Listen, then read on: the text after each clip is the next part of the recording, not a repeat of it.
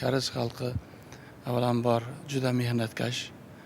Shu nuqtai nazardan qaraganda o'zbek xalqini aytaylik fazilatlariga, xususiyatlarga juda o'xshash aytaylik mana shunday olijanob bir xalq desak to'g'ri bo'ladi va bag'ri keng, har tomonlama faqat ish bilan band.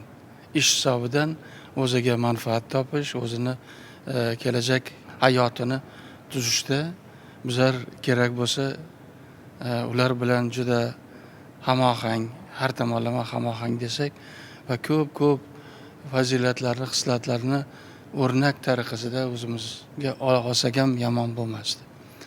Shu nuqtai nazardan qaraganda Kariz xalqi bilan aloqalar va Janubiy Koreya bilan aloqalar bizlar mustaqil bo'lganimizdan keyin birinchi kunlardanoq aloqa juda keng rivojlanib, chuqurlashib, mana oxirgi yillar juda katta bir sur'atlar bilan aytaylik bu aloqalar mustahkamlanyapti.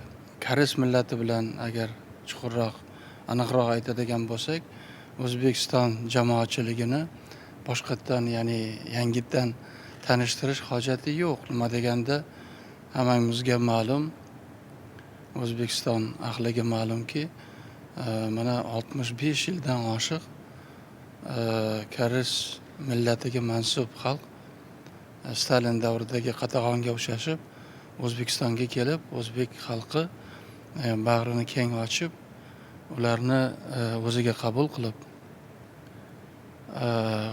mana bugun shuncha yil o'tyapti.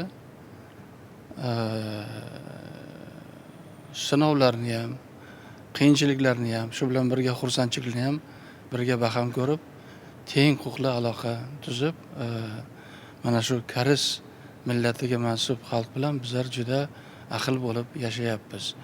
Men mana shuncha yil shuni kuzatyapman. Aytmoqchimanki, biron marta Kariz xalqi bilan o'zbek xalqi orasidagi qanaqadir tushunmovchilik yoki kelishmovchilik misollarini men ayta olmayman.